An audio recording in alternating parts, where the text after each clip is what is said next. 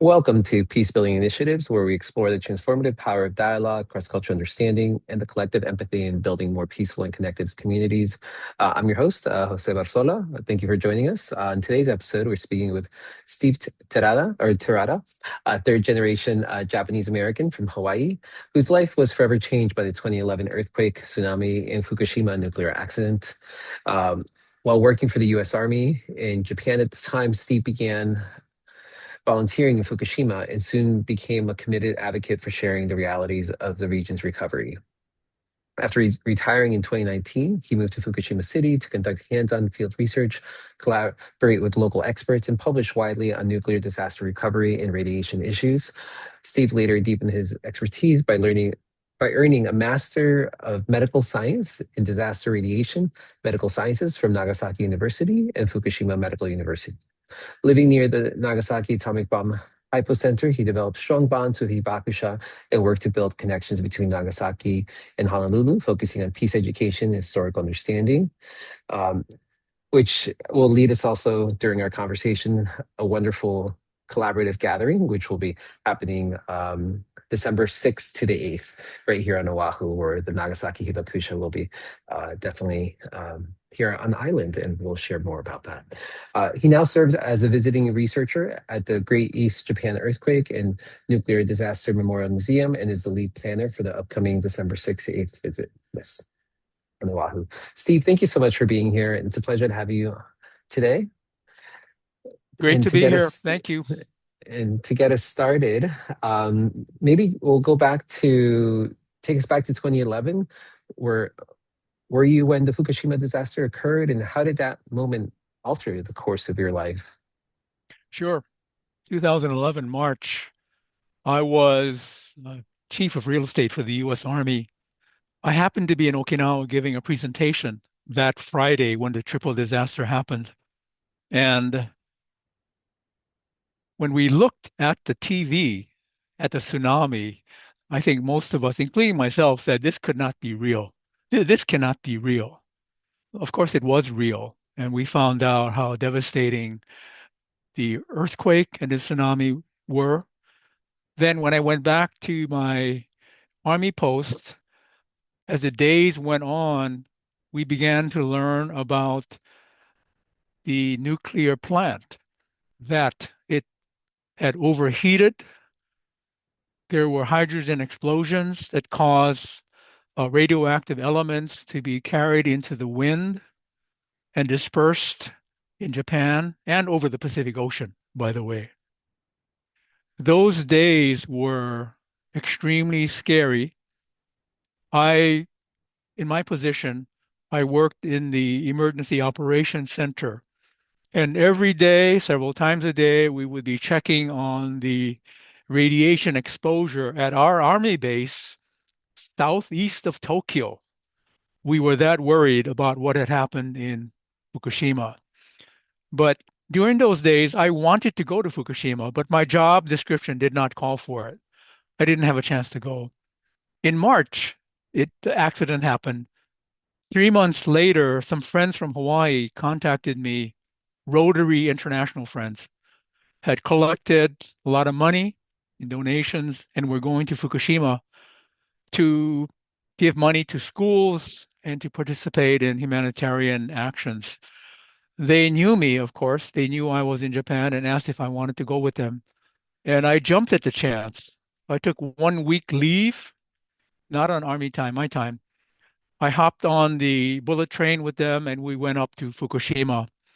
The first day was tour and we could see the devastation even then, several months later, and places that were like ghost towns or not even there. Scary, scary time.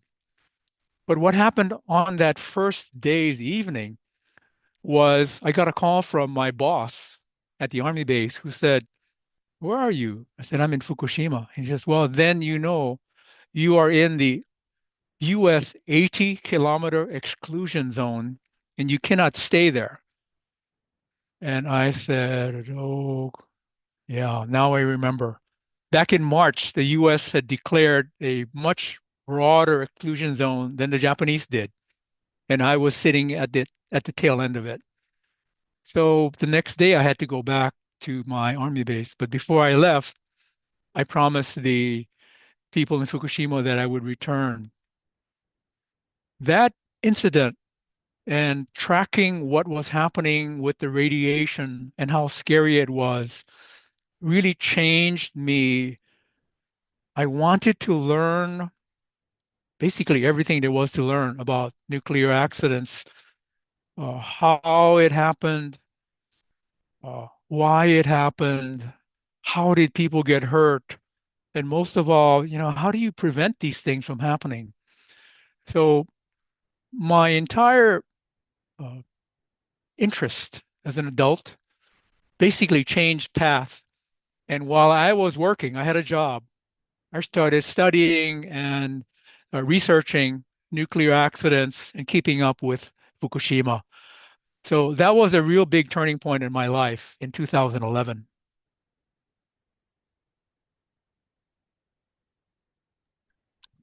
Thank you.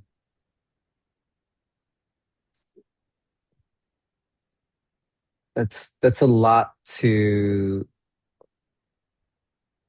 encounter but I imagine that a lot of you just revert back to like your training, right? As far as like how to assess how to move forward. Um, and I'm just trying to think about, maybe I'll take a couple steps back first. So we mentioned you're a third generation Japanese American from Hawaii.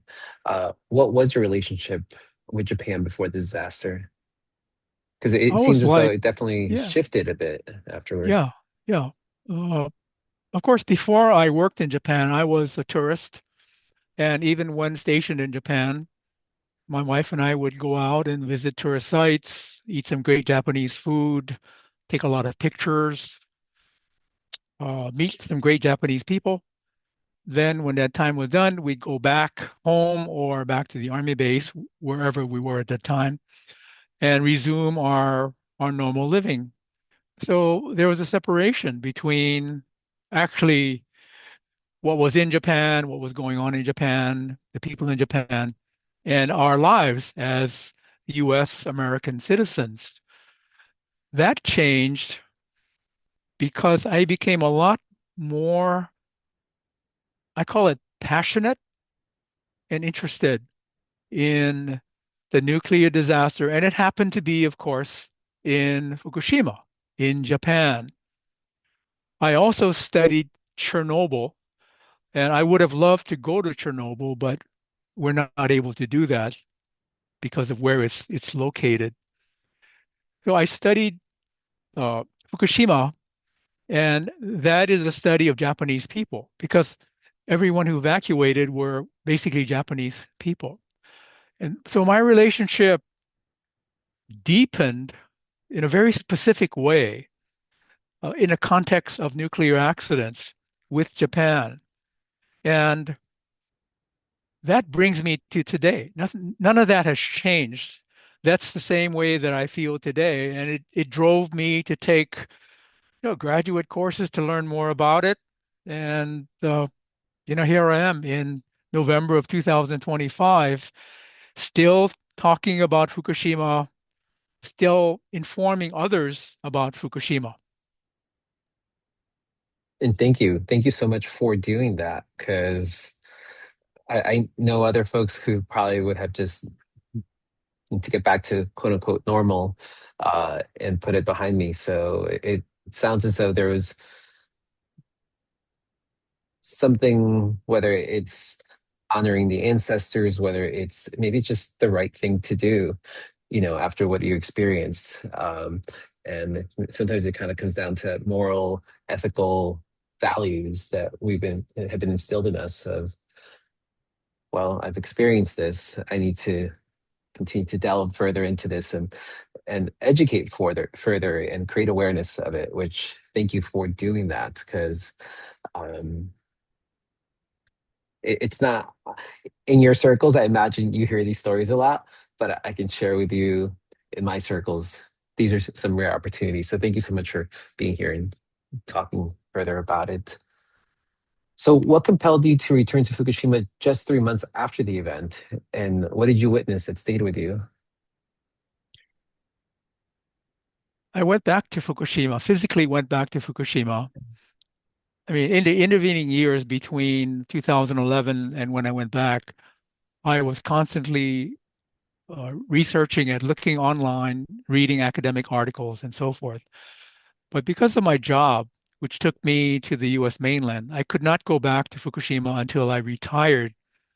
Mhm. And then, uh, 2 months after I retired, I went back to Fukushima to check the place out, to meet with the people whom I met back in 2011, and to ask them, how were they? How was the recovery? Is there anything I can help with? 7 years later, you've got to imagine the place looked like Honolulu, Hawaii Kai, Mililani, Kailua. It looked normal. But they sat me down. These are ordinary people in Fukushima. They sat me down and they said, what we want you to know is that things are not what they seem. They look okay out there. You look out the window and everything looks normal, but it's not normal. People around the world, people in Japan, people in Tokyo, they look down on us. They think that we cause this massive problem for Japan. They think that the radiation problem has not been resolved and it is still dangerous in our prefecture. You shouldn't go to Fukushima and you should not eat the foods that come from Fukushima. And they said, of course, these attitudes affect us. They affect our morale, our well being, our mental health. They affect us economically. And they use this term that I heard for the very first time. We have this negative reputation that we'd like to get past. And can you help us do that by telling people you know, or maybe people you don't know, the truth about Fukushima? And that got me started down this path of being a risk communicator for Fukushima, um, which included my wife and I closing our condo in Hawaii and moving to Fukushima City for a year so I could have my boots on the ground and really uh, be physically present there.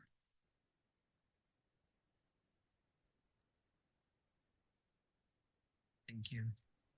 I don't know if I've shared before, but my connection to not necessarily Fukushima, but to what happened there in 2011.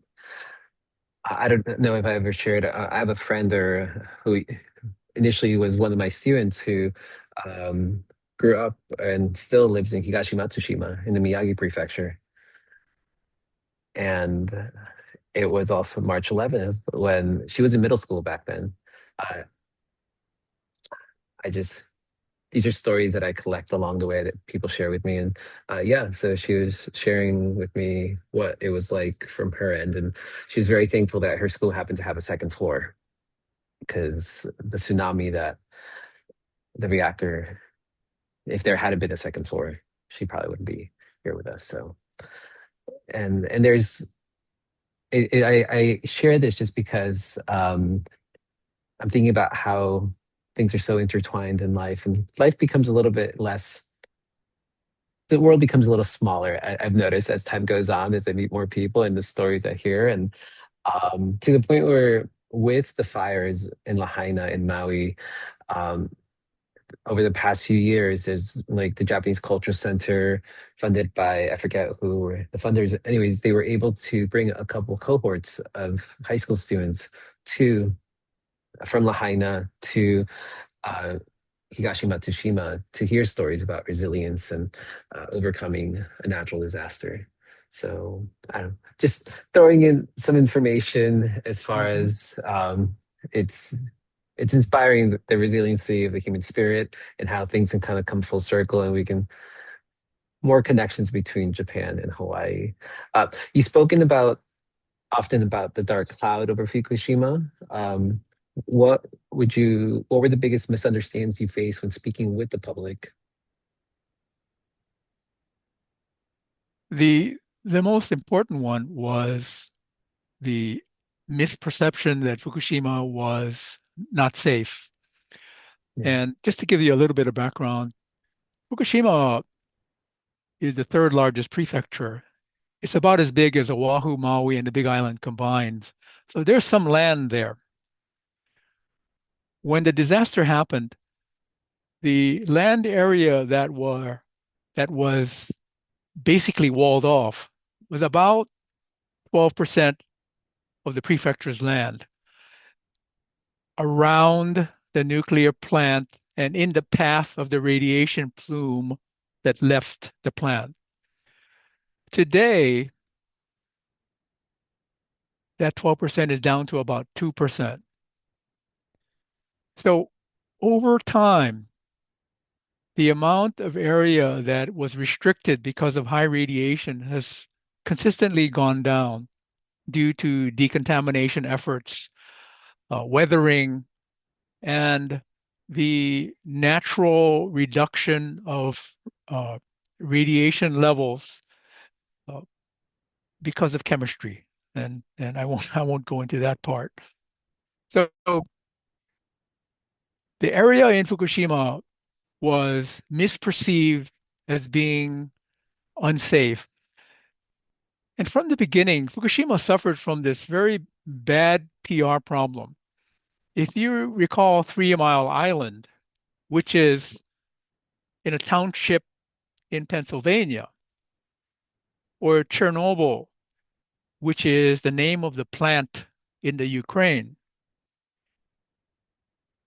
those disasters are not called the Pennsylvania nuclear disaster or the Ukrainian nuclear disaster.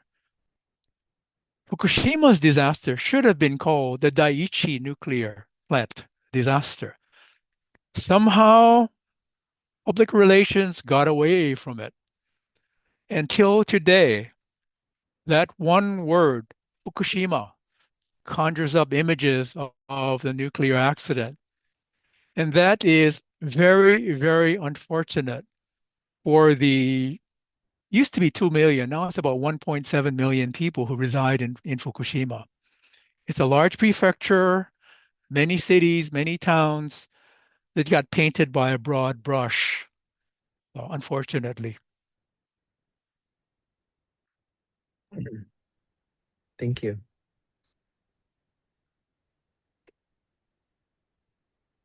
Might you share a story about whether it's a resident or community in Fukushima that especially like moved you or influenced your advocacy? And how did you navigate the balance between, I know you went into the research aspect of it, between the scientific data on radiation and the emotional social challenges faced by residents. I mean, I just wonder, how did you build those bridges, I guess? Yeah, there's some complex problems there. And like you say, there's a science and then there's the socio-economic consequences. To me, the science was one of the foundational problems that caused these socio-economic issues. So I thought, geez, can I help to create a bridge between the two? And I thought that helping to reestablish trust in the science might be a way to bring people together. Because what happened after the nuclear accident is the population in Japan did not trust the government because the government mismanaged the emergency response to the nuclear accident in a very bad way, and it's well known. It's documented by many, many people. That distrust rather, lingered, has lingered, is lingering. But because radiation is so important to the health and risk, I thought, okay, when I go from Hawaii to Fukushima, I'll take my dosimeter with me. A dosimeter is a something that measures radiation, the amount of radiation that your body absorbs. And this is what is commonly used to assess the risk to the human body. Okay. There are Geiger counters that measure space radiation, but I didn't do that. I took a dosimeter because this is what a person in Fukushima would be most concerned about. So wherever I went, every day, I measured the radiation levels. At home, when I travel, I go to the train station, I go to the store, I record it in my journal. That's one. Second, there is a citizens radiation site called Safecast that was started after 2011 because citizens did not trust the government readings of radiation. So they went out and bought their own equipment and started measuring the radiation in their communities, and they input it into this uh, site called Safecast that is now a very large organization, by the way, like an NPO. But that organization has captured years and years of radiation readings from citizens. They publish the data and it's highly accessible. So I would go to Safecast. I would look up what is the radiation reading for the place that I just left, that I just measured. For example, at the train station.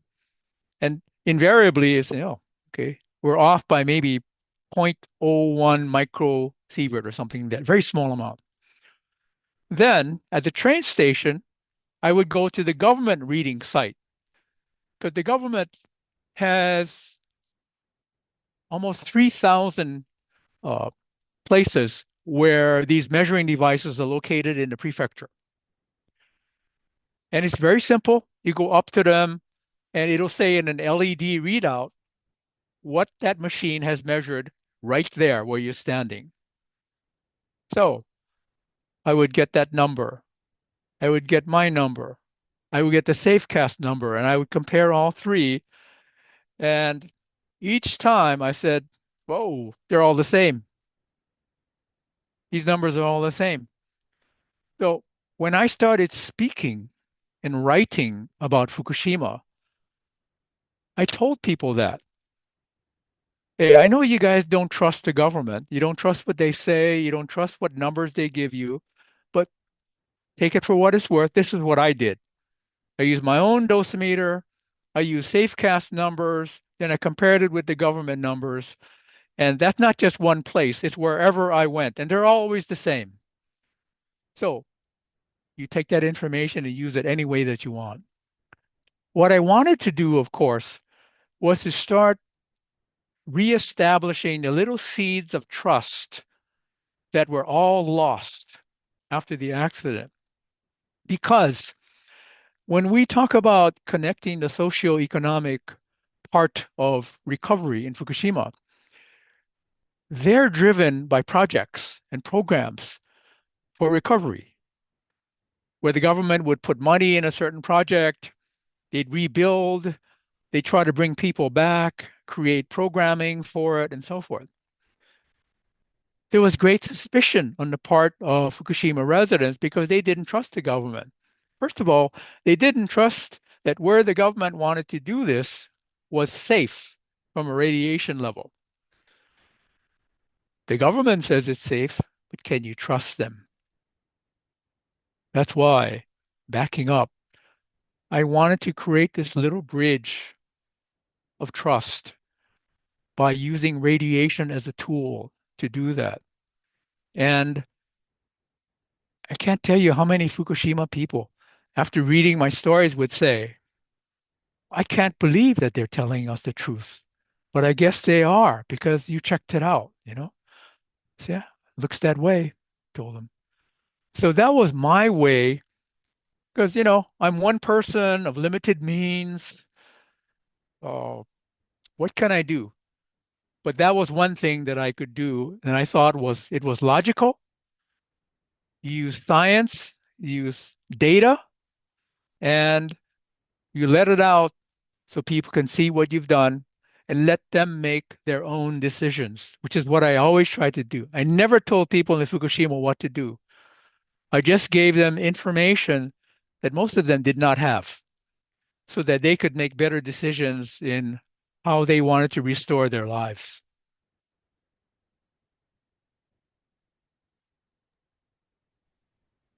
That's amazing. Mm. Thank you for. I love how you bridged. Yeah, just some science and into the bridge building, into the community building aspect of it, and it's interesting because it's something they may have been able to do themselves, but I think because they were in, I mean, the emotions were high, I imagine, and that's probably like the last thing on their mind. So thank you for providing that comfort, that resource, that bridge. Sure, if I can just interject, Yeah. the Fukushima people always ask me, so a guy from Hawaii, why are you here anyway? And I said, where are your family from? I said, they're from Kumamoto, not Fukushima. They're from Kumamoto, far away from here. So it was really surprising that a Hawaii guy would go to Fukushima and be interested in them and their problem. So every day I had to explain the same things, the same things, the same things. I'm a third generation Japanese American from Hawaii. I used to work for the Army. I came here in 2011. I wanted to learn about radiation and disasters, and that is what I'm doing, and that is why I'm standing in front of you right now. So that was repeated a couple of hundred times in Fukushima. Oh my goodness. But no, I think, uh, thank you. I think it offers an even like larger mindset of, and I think it gives you an insight into the communities. It's like we take care of our own within our community, never to think about like, yeah, exactly what they were asking. Like, why are you bothering? Your ancestors aren't from around here. But I will say you did spend some time there, and I imagine because you mentioned you were there with the U.S. military, and so at that point, I feel as though once more it kind of goes back to like doing what's right. There's a sense of responsibility of, what little can I do to help out. Yep. So Let, I had let to look me, up. I had to look up where Kumamoto is on the yeah, map briefly. It's down in far. It's like, Kyushu, down in yeah, Kyushu, past it's like Nagasaki, almost 800 miles away. Like yeah, more like 1,000. yeah. It's it's amazing. But and then you're from Hawaii, which is even more farther away than Japan. So, but you were going to say something. Sorry. Yes, yes. What really helped me is when my wife and I moved to Fukushima City, which is the capital city of Fukushima. Uh, we were trying to figure out where to move to. And I talked to a number of people and I said, this is what I want to do. I want to research. I want to talk to government. I want to talk to academia. I want to talk to doctors. I want to talk to engineers. I want to talk to real people. And they said, you should live in Fukushima City because it's the most central to what you want to do. So, okay, I rented a house there. And this house, I decided I would hold a Saturday free English conversation class. So I went to the International Affairs Division and I told them, I'm this guy from Hawaii. Listen to me. I speak English okay. So I'd like to have an English conversation class. Can you refer people to me? I got about a dozen people referred to me, most of them professional Japanese people who wanted to improve their English. That group of professional Japanese people became friends and colleagues in my mission in Fukushima to the extent that when I said, oh, they closed down the fisheries, I need to go talk to the Fishery Association up the coast. They said, let us make the call and we'll set up an appointment and go with you. And they did. And of course, most of these required translation, and obviously they could speak English and Japanese. So they would drive me there.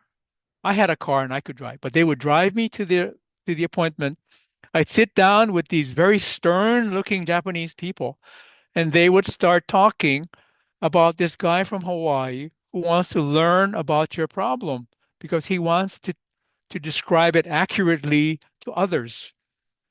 That was repeated in agriculture, in forestry, in fishery, in tourism, and in several other uh, functional areas in Fukushima. That effort really helped to establish my credibility because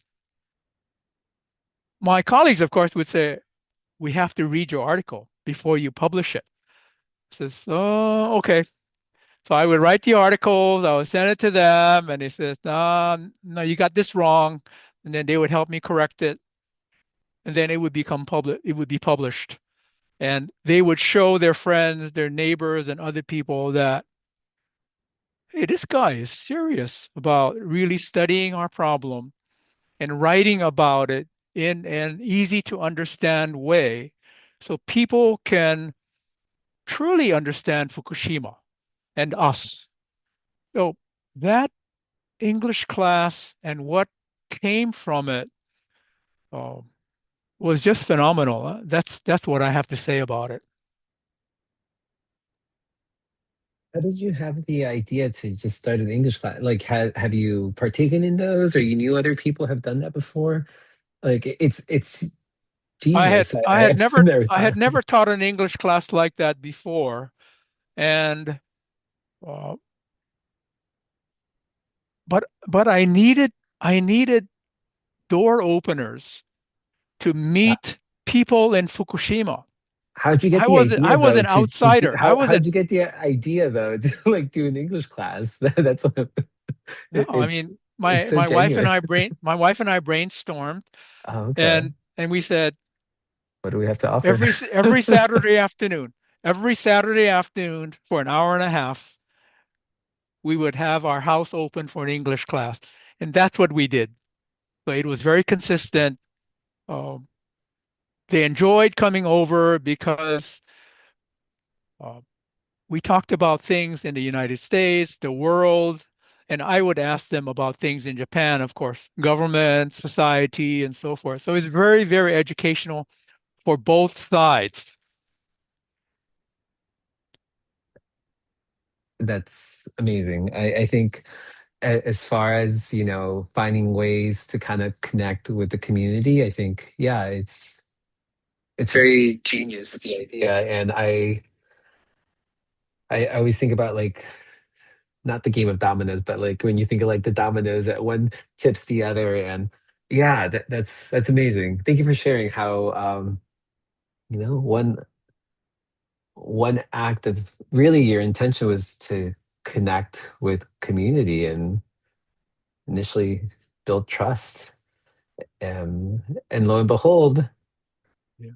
like most things in life, it's about who you know, and then they're the ones that connecting you and opening the doors to other spaces for you. And we have to be creative. Yeah. Uh,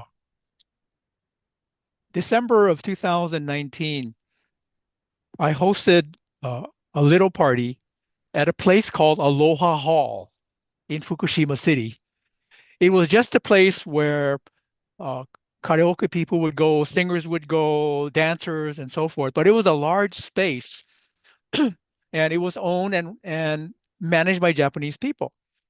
Through an intermediary, I got introduced to them, and I broached the idea that, you know, I'd like to invite all the people that I've met in Fukushima that have helped me and uh, who would like to continue that association and get them together in a Hawaii party.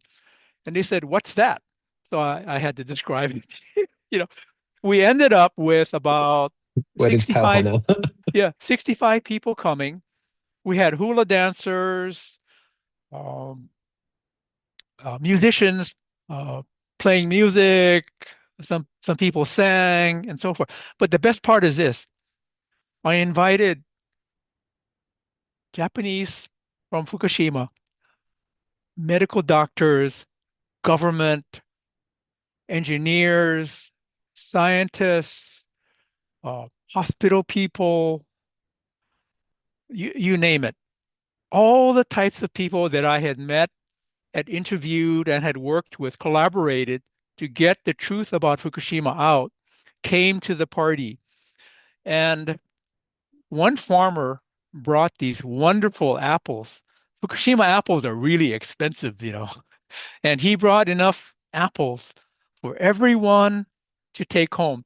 And when he set those apples in front of the people, they would grab that apple and kind of hold it to themselves like, oh, this is a treasure, to take home. That event was uh, an icebreaker, and it was a thank you, and it was stuff that we in Hawaii do that people in Fukushima have never done before. So that's what they told me. Hmm. Yeah, it is very culturally different. It's true. But I'm glad. Yeah, that's amazing. I'm glad that you were using what you know and bringing a little bit of Hawaii to them. So that's beautiful examples on how to build community for folks. So thank you. So you talked a little bit already about retired. You and your wife moved to Fukushima City, which I got to give props to your wife for just being so open to be like, wait, what are we doing? We're closing out our condo. Exactly. How long are we doing this? So you're researching there full time. Um, and you shared a little bit about what your day-to-day work looked like. And then I wonder if there's anything additional you'd want to share about like what might have surprised you during your visits to the Fukushima Daiichi nuclear power plant and surrounding regions. Uh, yeah, just I Yeah. don't think you've covered that Yeah. yet. So just Yeah. I went to Fukushima Daiichi nuclear power plant in November of 2019. At that time, there was still very restrictive access to it. TEPCO and the government were limiting who could go there. But I had been interviewed several weeks earlier by a Fukushima radio station. And at the end of the interview, the guy said, "Oh, yeah, we're going to go to the power plant and we're going to write an article on it." And I said, "Oh, can I go with you?" And the guy said, "I don't know. We'd have to request approval for you." And they got approval for me to go. And they had as my escort a former Miss Fukushima who could beauty pageant person who could speak English. So this is a good deal. So I went with the radio people and Miss Fukushima. We go to Daiichi. We get the standard tour, and I get to ask a lot of questions of the engineers and the technical people. What surprised me was that we could stand 100 yards, 100 meters from the damaged nuclear reactors in a Tyvek suit and not a full hazmat suit. So, whoa, are we safe? And he said, look, right behind you, there was a guy with a Geiger counter measuring the radiation. And I looked at it and said, okay, I guess we're safe. He says, but radiation, time exposure is really important. So you can only stand here for a maximum of 3 minutes or whatever it was he told me at the time. I said, okay, when it's time to go, we go. So we left. Looking around the Daiichi plant, 2019, I was amazed because they had decontaminated most of the public areas. So the workers walking around were not in hazmat suits. They were in paper suits like we were wearing. And that, along with everyone had, of course, a dosimeter, including me, so that you do not get overexposed to radiation. That scene where I thought we would be huddled behind some kind of lead wall looking at the reactor was not to be. They had cleaned it up so much, so they had made some progress. And I didn't know that, and I studied Fukushima. I'm certain the public didn't know that. How would they know? They wouldn't know. So that was the first thing. And uh, the second thing is, as we were leaving, they said, okay, this is the process for everyone working here. They gave me what is called a whole body counter evaluation of the radiation that I absorbed during that time. I was only there for less than 2 hours on site. And they looked at the radiation, they showed me the printout, and I said, this is in a safe level. This is the radiation that you got absorbed while you were here. And this goes into your records. Every person has a record because radiation is cumulative. So you cannot accumulate too much radiation in your body. Those two things, the progress in decontamination and the process of exiting the plant, were what surprised me. But, I'm not an engineer. I'm not a nuclear engineer. I'm just a member of the public. Uh, but the public typically was not aware of that because there was still restrictive access back in 2019. So there was progress made in 8 years.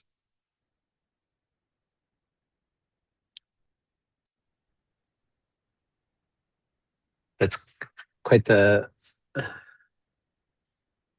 I would think it'd be kind of alarming to know this is how much time you can be in this space before this really starts to take impact on you. And yeah, so thank you. Thank you for leaning into what some folks might consider, I mean, just it's scary. It's scary, like, the especially it's one thing to like talk about the impact of nuclear.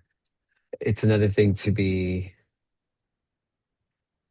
right there. So thank you for everything that you've done. And I want to shift a little to I can maybe see the bridge here, but would love to hear from you, your academic journey in nuclear science. What motivated you at this stage of your life to pursue a master's degree in disaster radiation medical sciences? Because you already had a master's, is my understanding, and had been done with school for quite some time. Well, it wasn't a complete master's. I was at UH School of Public Health, grad school of public health, because I wanted to study more about the health impacts of disasters in Okay, general. But I wanted more technical knowledge. And by technical, I mean science and medical. And there was only one course globally that had that. And that was the course that I enrolled in. It's a joint graduate course with Nagasaki University School of Biomedical Science and Fukushima Medical University.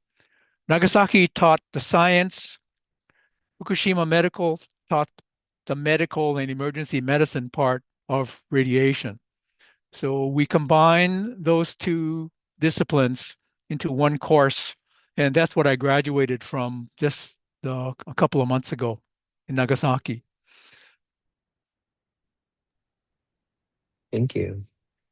Your, I know you talked a little bit about your academics, but there is a plus one article that examines radiation contaminated soil. Um, why is soil such a central issue in Fukushima's long-term recovery?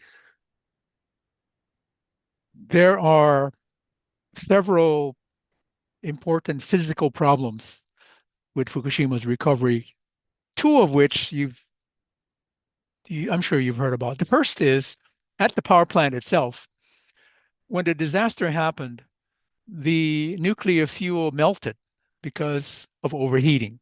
It melted. And they're sitting at the bottom of reactor buildings.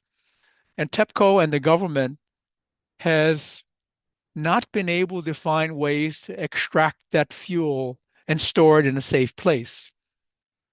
That process, because it's been so slow, is expected to take, I don't know, maybe another 50 or 60 years to remedy it, to take all that fuel out.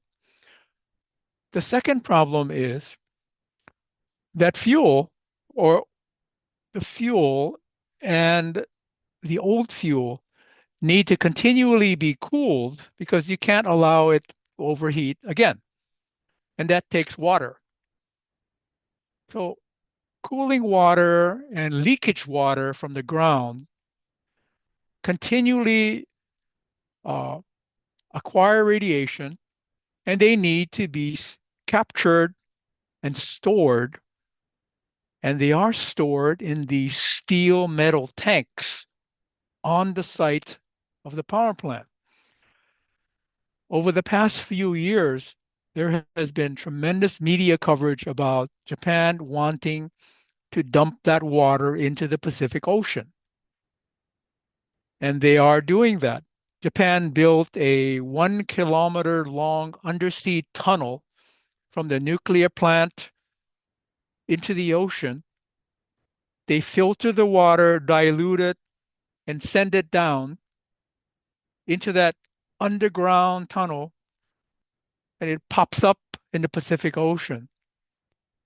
Of course, IAEA, TEPCO, China, and everyone else measures the radiation in those areas and the radiation in the fish that are in those areas, marine products. And so far, they've all met international standards. Melted fuel, that water, and there's over 1 million tons of water stored right now, are huge problems for Fukushima. Then comes soil, because the government decontaminated all these living areas where the radiation fell from the sky and landed on the ground. They sit there. Radiation binds with the soil very well, and generally they're in the top 5 centimeters of soil. So the radiation program is to scrape up all that soil, put them into black plastic bags, and take them out of neighborhood areas. These bags were stored in over 1,000 communities in Japan until they were moved to this interim storage facility, which is now on the coastline. The amount of soil can fill 11 Tokyo domes, which is the largest Japanese, you know, ballpark in Japan. It's a lot of soil.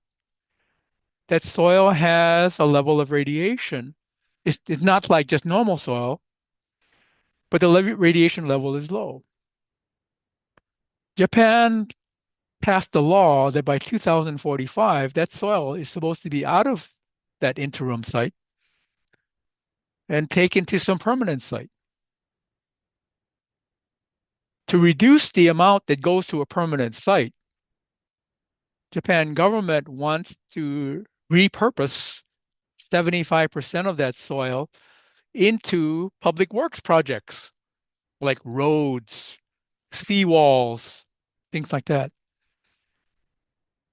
Japanese citizens have resisted that, have called the media and says, no way, we don't want these projects in our neighborhoods. So the government backed off, and so far, melted fuel and that contaminated water have strategies and plans in place. The soil does not. The soil has no strategy, no plan, and the prefectural governors are clamoring for the national government to come up with a plan, come up with a strategy for all this soil because it's holding up the recovery of Fukushima because there's so much soil there. And that's why uh, I wanted to write an article on that problem because it's an unsolved problem with no way ahead yet. And my research uh, started with a survey of Japanese residents in all 47 prefectures, and we asked certain questions about the soil, and that's what the article is all about. I'm hoping that the information that we learned can be used by communities and governments with trust to come together and talk about the soil and whether it can truly be used in neighborhoods or not. That hasn't been decided because they haven't come to the table. And the reason they haven't come to the table is because there's no plan to come to the table. So it is a remaining very large problem in Fukushima. 14 million cubic meters of contaminated soil.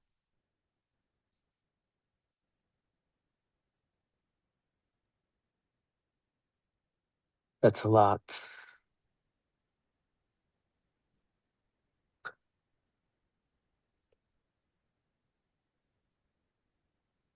Thank you. Thank you for just this is such a for myself and for those I imagine listening is it's a wonderful education into what has been happening there on the ground, which uh, unless you're intentionally searching for this information, you're probably not going to come across it too often. Right. So, and for those listening, I'll be sure to link up the article in the summary of today's talk. But just wanted to now shift a little to connecting from Fukushima and Nagasaki. Uh, so, I know you went there for school. And when you arrived in Nagasaki, what parallels did you notice between, survivors from Fukushima and atomic bomb survivors? Okay. So what's really interesting is, first of all, I had never been to Fukushima before, and I had never been to Nagasaki before.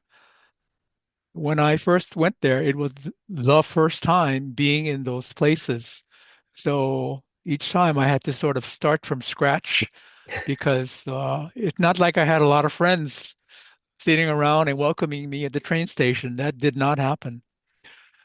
When I decided to go to school in Nagasaki, fall of 2023, having not been there before, I said, oh my God, I don't know anything about Nagasaki.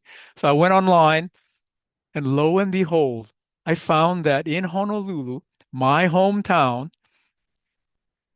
every August we had something called the Nagasaki bell ringing ceremony. I was like, what the heck is that?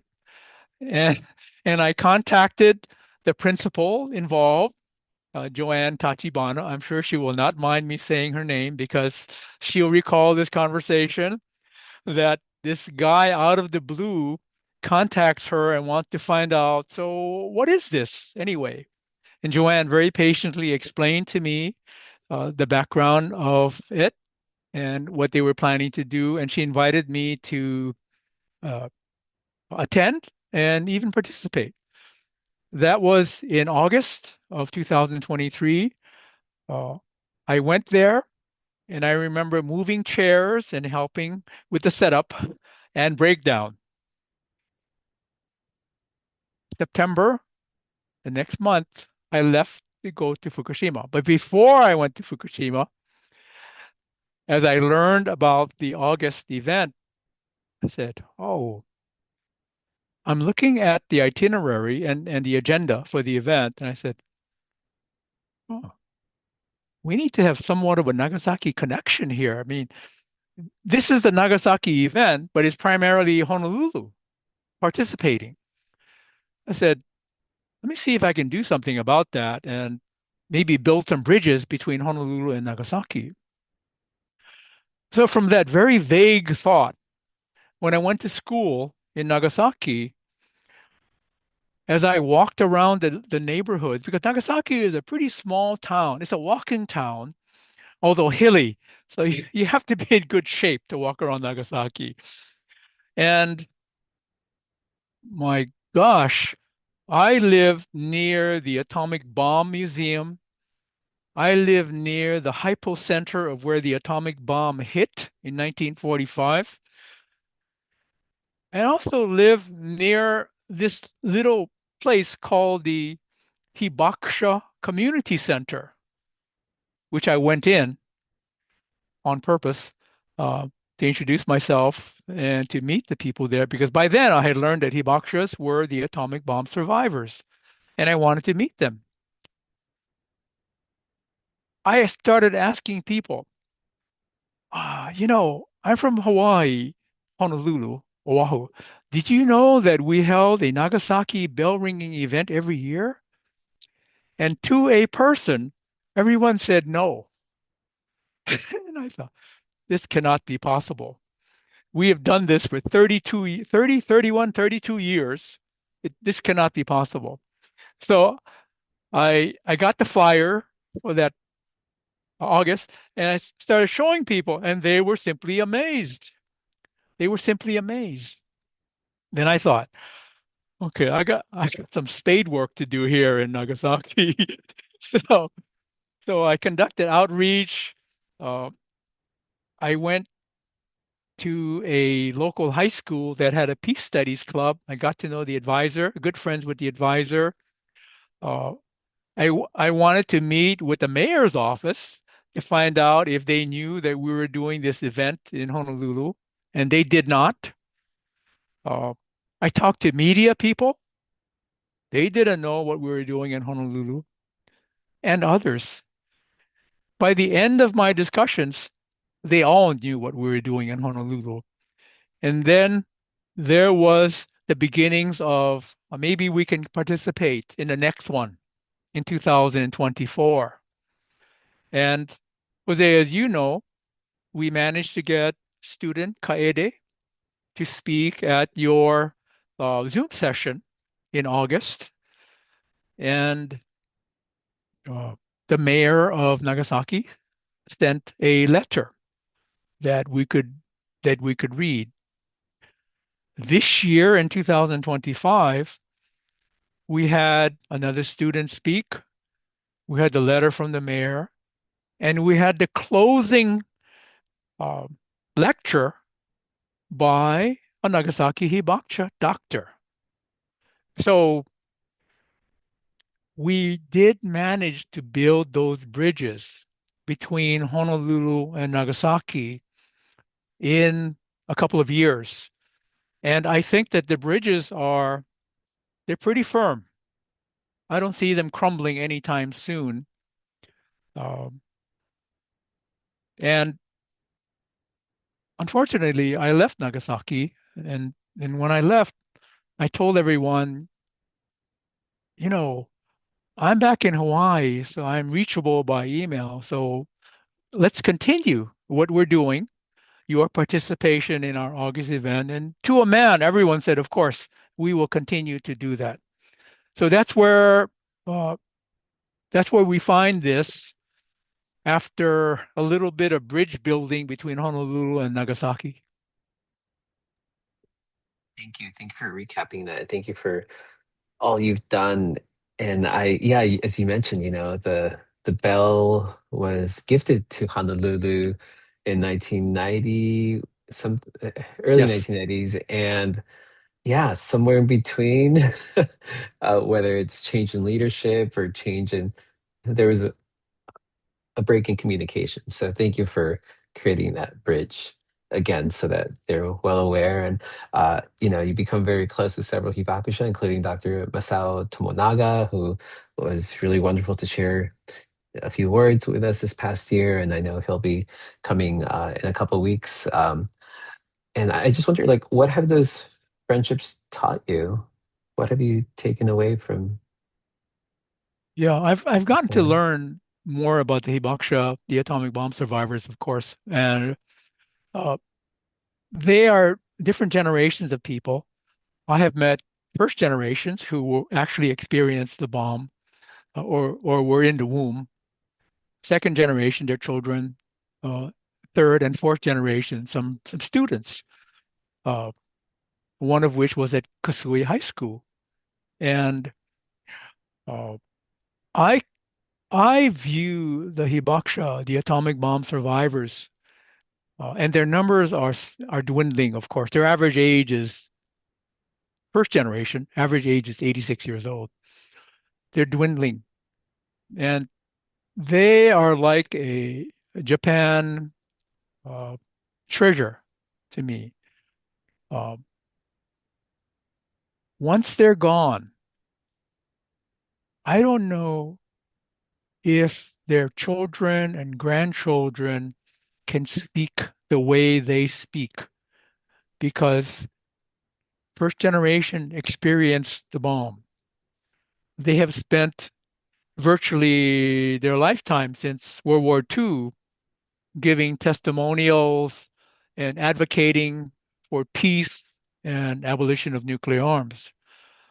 They are fantastic ambassadors in that respect, not only for Japan, but for all of us, for every one of us that occupies this planet. And I have that kind of view of the Japanese hibakusha. And I am a little worried that uh, the numbers are dwindling. Uh, the group that is coming to Oahu in December, they specifically say that this is very much the last time that first generation hibakusha will speak on American soil like that, from Nagasaki. And that should be a little worrisome for everyone.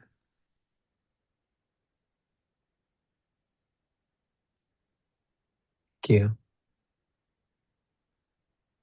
Yeah. It, as you were sharing, I made me think about, yeah, even though there are different ways to try to carry on the message of the hibakusha, whether they're, I know in other space, like in Hiroshima, there's young people that train with the stories to share the stories.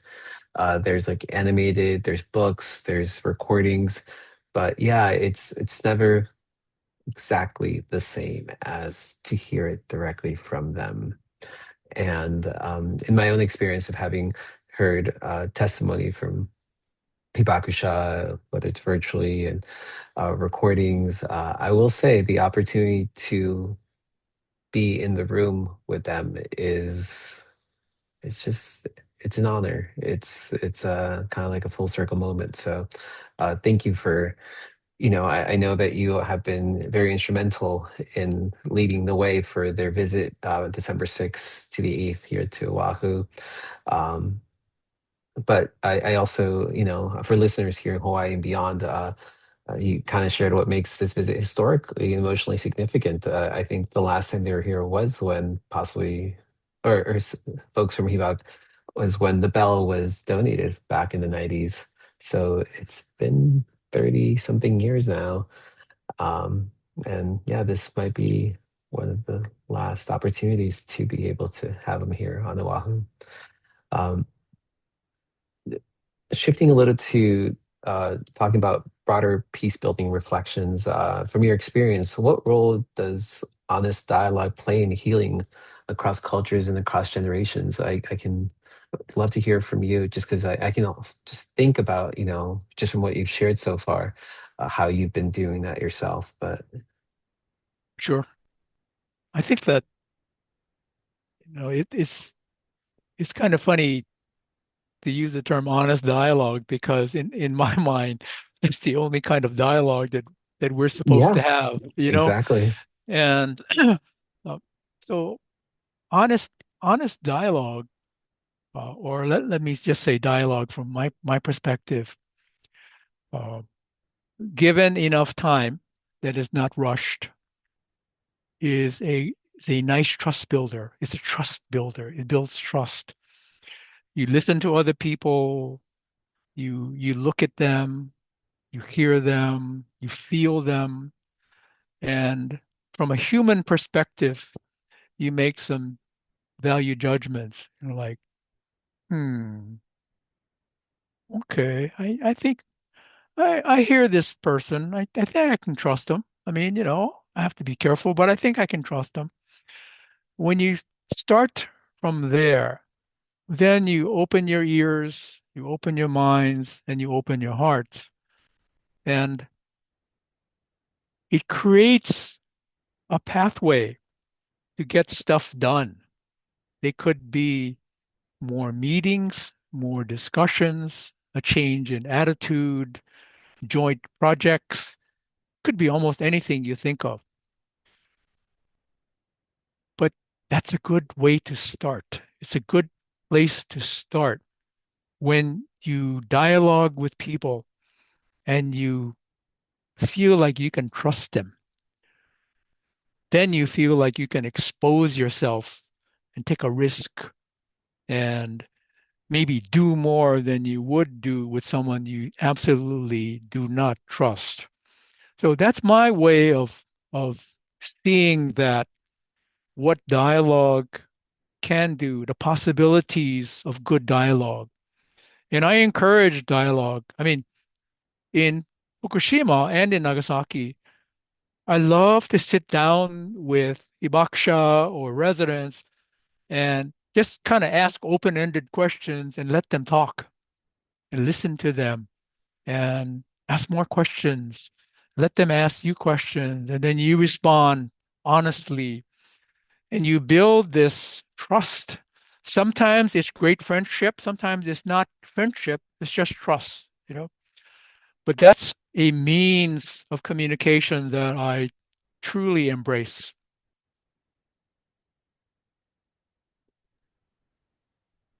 Thank you. And you're right. Dialogue should be honest, but this day and age, we have to clarify a little further. And Right. and I think, yeah, when we're having those just let's use the word honest again, but just being genuine about your intentions, I think it doesn't matter. I think many times the cultures, the generational differences, like we can find some common ground. I think when folks acknowledge that, oh, this person's asking me questions, they're actually interested in what I have to say, and I kind of want to learn about them and what brought them here and why are they here. So thank you for walking the path and doing the good work. Well, as we're getting, I just have a couple questions here, but what do you think the world misunderstands most about nuclear disasters, whether wartime or peacetime, just from you being Yeah. on the ground? Yeah. It goes back to a perception of radiation.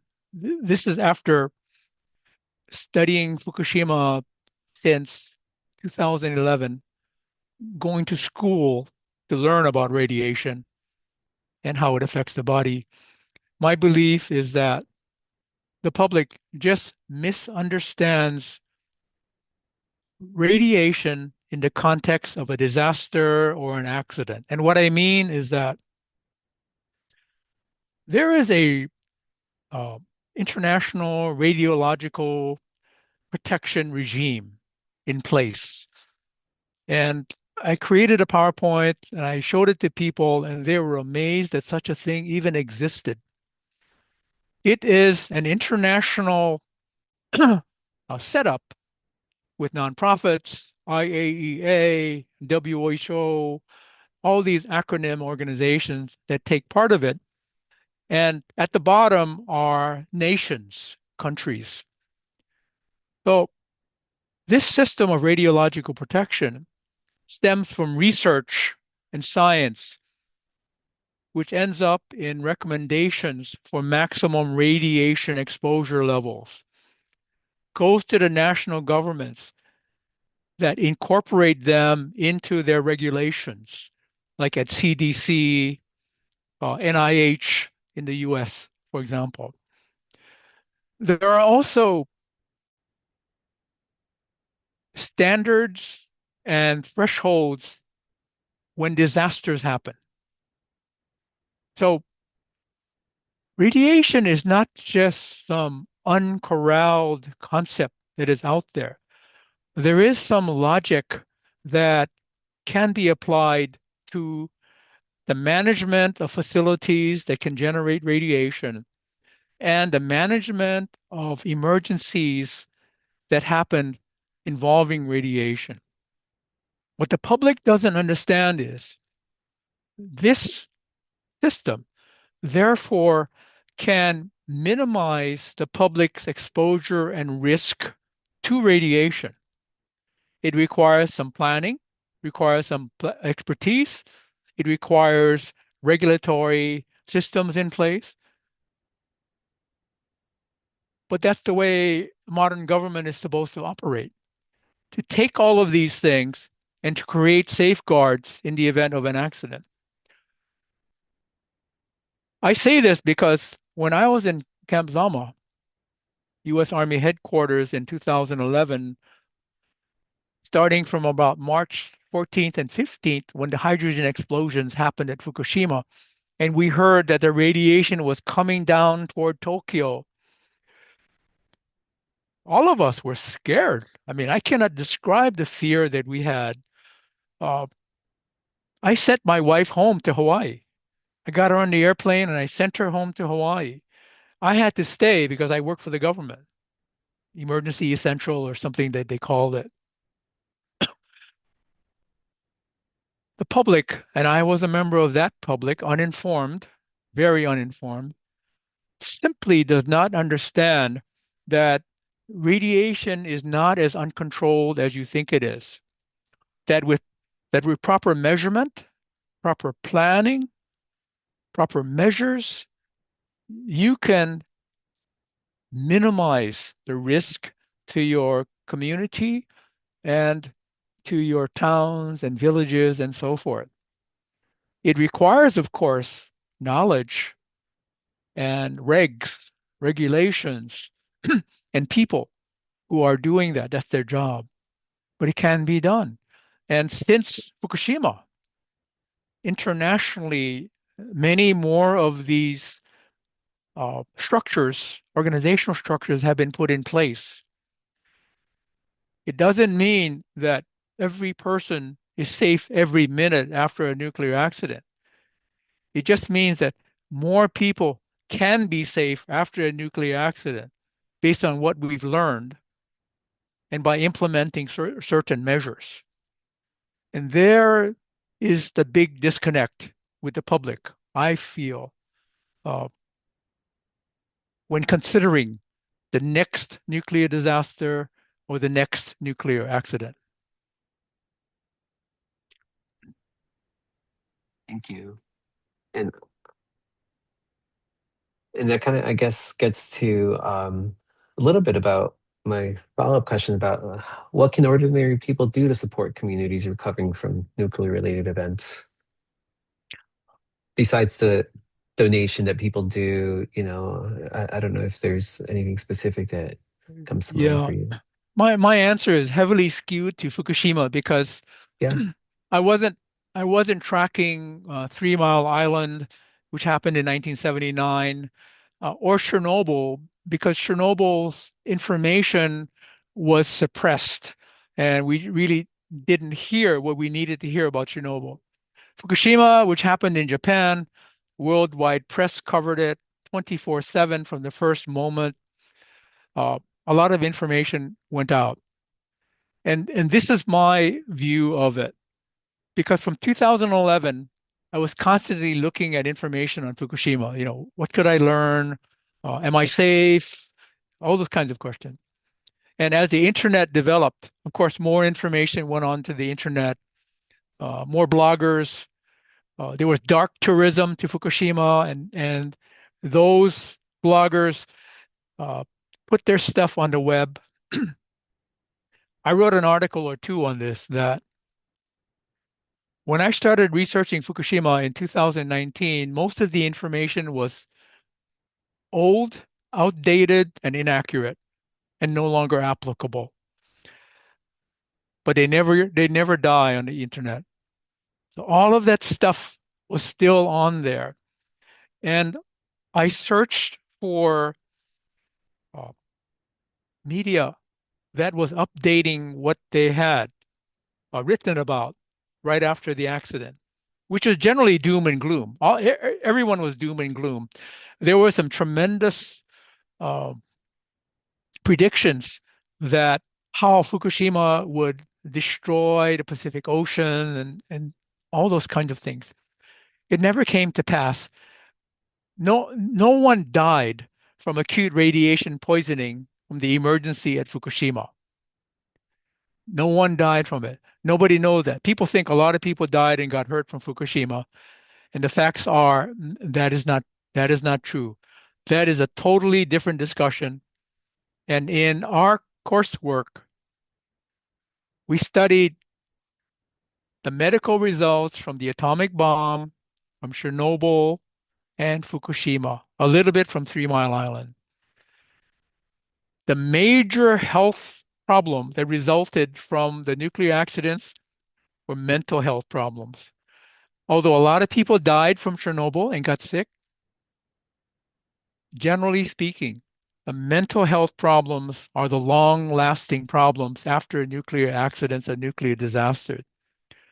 But mental health problems themselves, of course, lead to suicide, depression, and so forth. They are also like a pathway to lifestyle diseases, eating too much, drinking too much, diabetes, overweight, high blood pressure, heart attacks, and so forth. So the long-term effects of radiation disasters or accidents kind of go through these phases. And at the end, after the radiation levels have settled down, Chernobyl has walled off this whole area that you cannot go to. Fukushima's evacuees have started to come back. Some have not come back. What you're left with are populations that still suffer mental damage from the nuclear disaster. And that mental damage affects them physically. So the long term is that the physical health of people impacted by these nuclear disasters is extremely long term, extremely long term. And they're still being assessed. In Fukushima, there's something called the Fukushima Health Management Survey. That is like an indefinite survey to always check on the health condition of the people who were in Fukushima at the time of the accident. Fukushima Health Management Survey. That's an innovative program that started after Chernobyl. I mean, after looking at what Chernobyl didn't do, Fukushima created this program. So those are my thoughts on the long-term effects of the nuclear disasters. Thank you.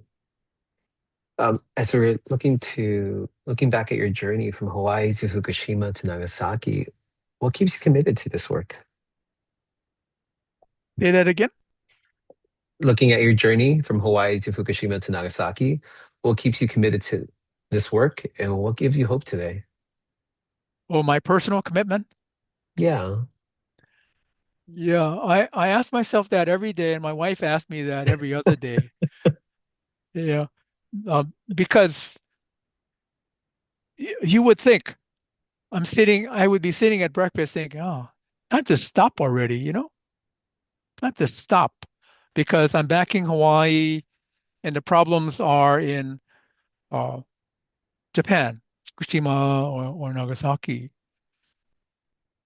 But I don't stop. And the best that I can say, as I explain to people everywhere who ask me this question, it's not a logical thing. It's not like I add two and two, I ended up with four, and four is I'm still helping Nagasaki and Fukushima. It is something that comes from inside that is not quantifiable. And I don't know why I continue to do this, but people describe my passion for this for helping people in Fukushima or doing the work in Nagasaki. And they use this word, you're passionate. I never use that word to describe myself, but they use it to describe me. I said, passionate. What does that mean? Passionate, you know?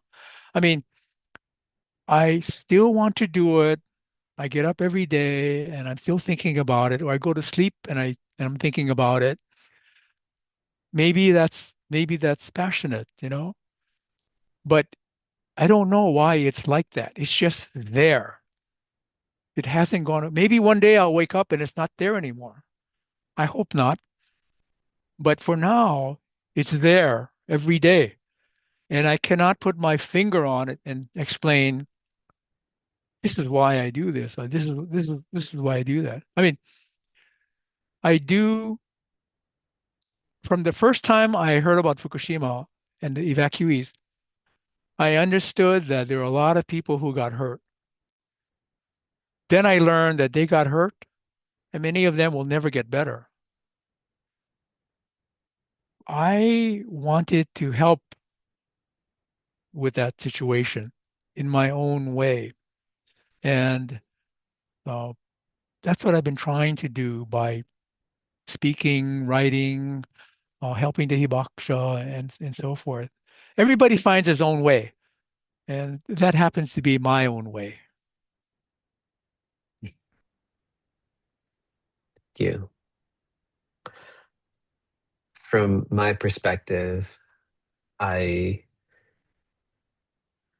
this whole podcast, we call it I call it Peacebuilding Initiatives. It's just one of those things that kind of came to the mind one day because I didn't want it to be solely me. It's a collaborative of folks coming together, and it has been in in this time. And anyways, long story short, I would say you're a peace builder. You're bridging the gap. You have yeah, you found a passion, but I think also it's kind of what I've been saying since the beginning of our talk. You that gut feeling. It's like doing what's right.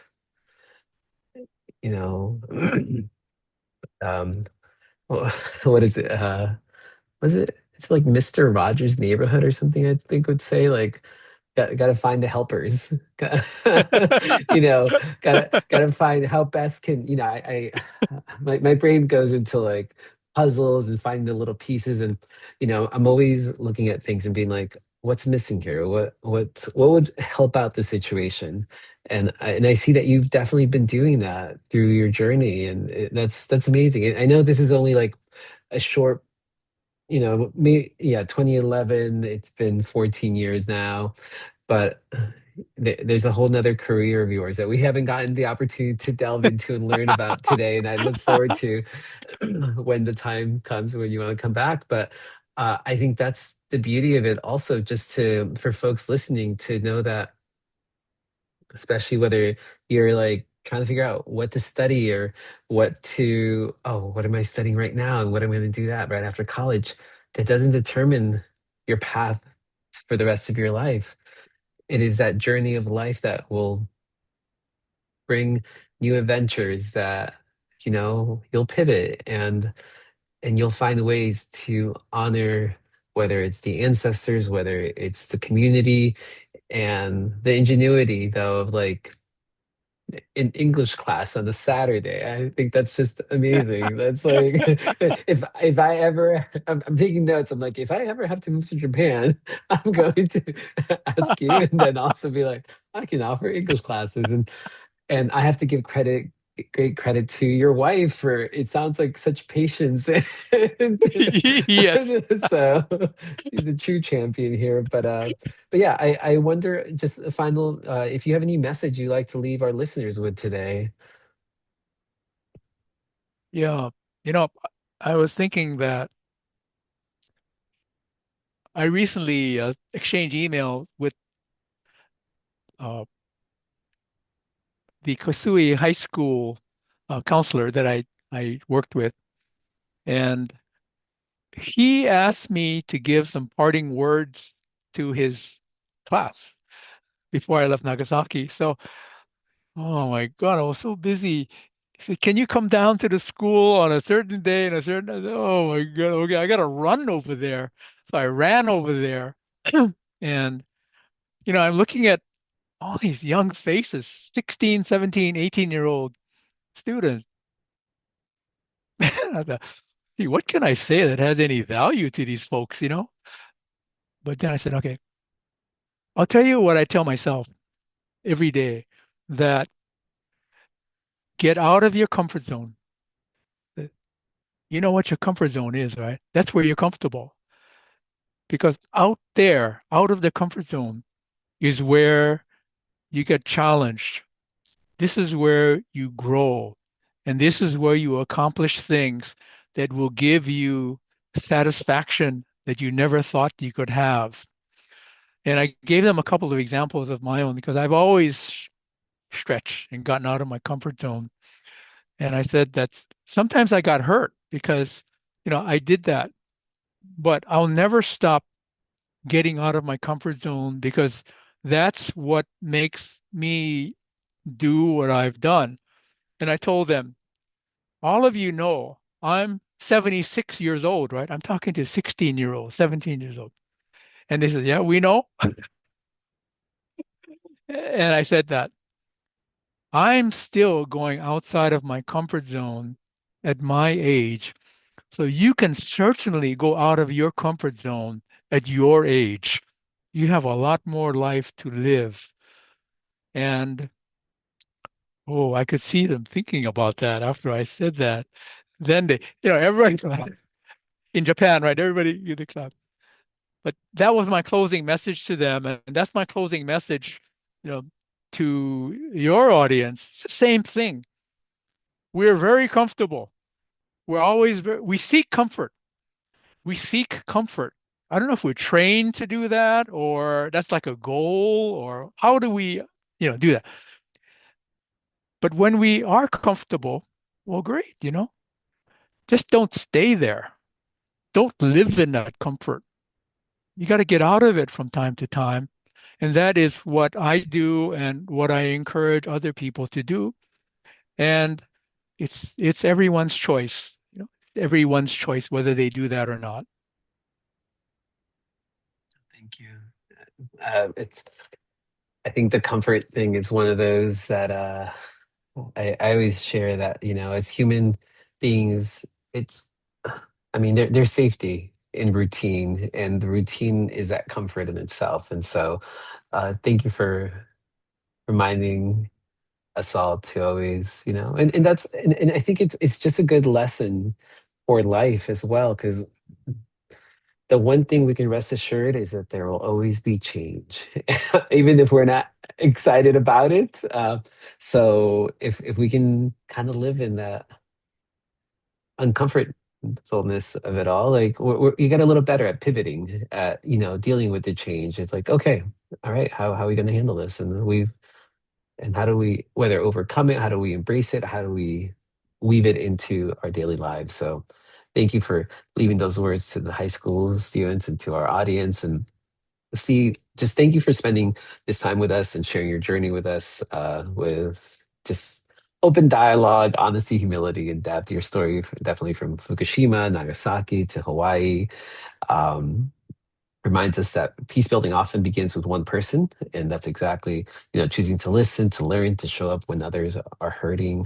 Your work definitely illustrates the deep power of dialogue and the courage, definitely, it takes to confront painful histories, whether born from wartime atomic bombs or the long shadows of the nuclear disaster. You've shown us how empathy, curiosity, and commitment to truth can break down stigma, restore dignity, and build bridges across cultures and generations. Definitely, what you've done through research, advocacy, uh, countless conversations with, survivors demonstrates that peace is not an abstract ideal. It's something created relationship by relationship, story by story, community by community. Definitely, your dedication is a reminder that healing takes time, but it is possible when people choose connection over fear. Deeply grateful, for example, for your decades of service, for the compassion you've extended to the people of Fukushima, Nagasaki, and Hawaii. And I love how, in a way, you're kind of bridging that divide by this upcoming collaborative, December 6th to the 8th here on Oahu. For those that are listening in, I mean, I'll definitely put this in the summary, but folks who aren't watching this on YouTube and listening it on Spotify or on the radio, there will be a couple different collaboratives. At the Soka Gakkai International Cultural Center on Sunday, December 7th from 12 to 1:30. There will be two amazing talks, one from Dr. Masao Tomonaga on the humanitarian impact of nuclear weapons, and then as well as the Japanese internment in Hawaii and the Crystal City story. We'll have two speakers there. We'll have a docent, John I'm gonna Okutani, and internment historian Tomoko Tomo Izumi Mohidin, and talk about World War II internment and Japanese immigrants. Then the following day, on Monday, December 8th, if folks want to, are around downtown, there will be the Nagasaki public bell ringing ceremony is right there at the Frank F. Fozzie Civic Grounds. I know there's a lot of construction going on around, but there is still it's on the Beretania side. You can definitely get to it that way from Diamond Head side. Yeah, and then for students that are listening, we'll also have a gathering on campus at the university on that Monday from 1:30 p.m. to 2:45 p.m. in Kaikindle 101, where it's an exciting time to kind of come together. And yeah, I will put the links. You can also go to beacons.ai/peacebuilding LLC and get more information about it. But overall, Steve, we're deeply grateful for your example and your ongoing work. And thank you to our listeners. Thank you for joining us on the episode of Peaceful Initiatives. May we all continue to listen deeply, engage honestly, and build peace wherever we are. Until next time, thank you all.